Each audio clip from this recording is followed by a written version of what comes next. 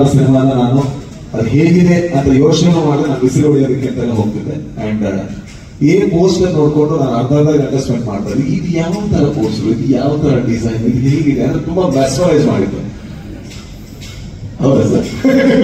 So ನನಗೆ ಇಂಥವ್ರ ಜೊತೆಯಲ್ಲಿ ನನಗೆ ಒಂದು ಅರ್ಧ ಗಂಟೆ ಏನಾದ್ರೂ ಕೂರೋದು ಸಿಗೋದು ನನ್ನ ಭಾಗ್ಯ ಅಂತ ಭಾವಿಸ್ತೀನಿ. ಅಂಡ್ ಫಾರ್ಚುನೇಟ್ಲಿ ನನಗೆ ಈ ಸೆಟ್ ಅಲ್ಲಿ ಕೆಲಸ ಮಾಡುವಂತ ಭಾಗ್ಯ ಸಿಕ್ತು ನಟನಾಗಿ. ಜೊತೆಗೆ ಪೇಮೆಂಟ್ ಕೊಟ್ಟರು ಥ್ಯಾಂಕ್ಸ್.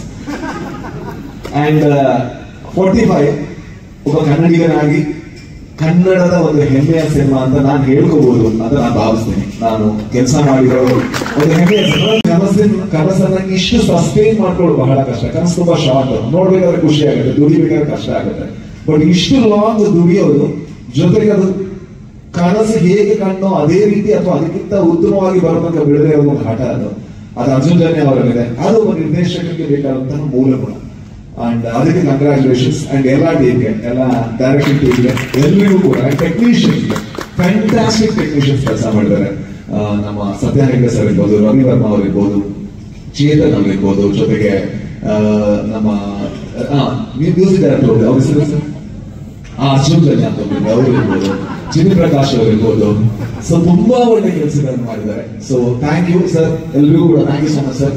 ಥ್ಯಾಂಕ್ ಯು ನನ್ನ ಇದರ ಒಂದು ಭಾಗವಾಗಿಸಿದ್ದಕ್ಕೆ. Thank you.